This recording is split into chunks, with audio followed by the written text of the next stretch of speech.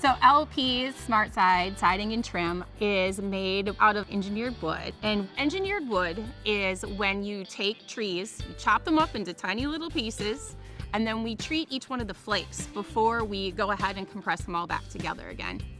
It makes it very strong, it makes it durable.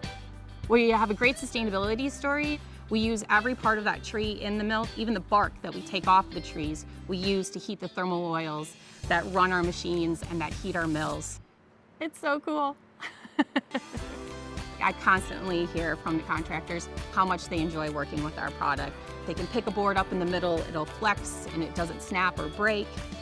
I love using this product because you can use a nail gun to nail this stuff on, a saw right up there with you on the lift and cut it all to size. You can cut a whole bundle at the same time.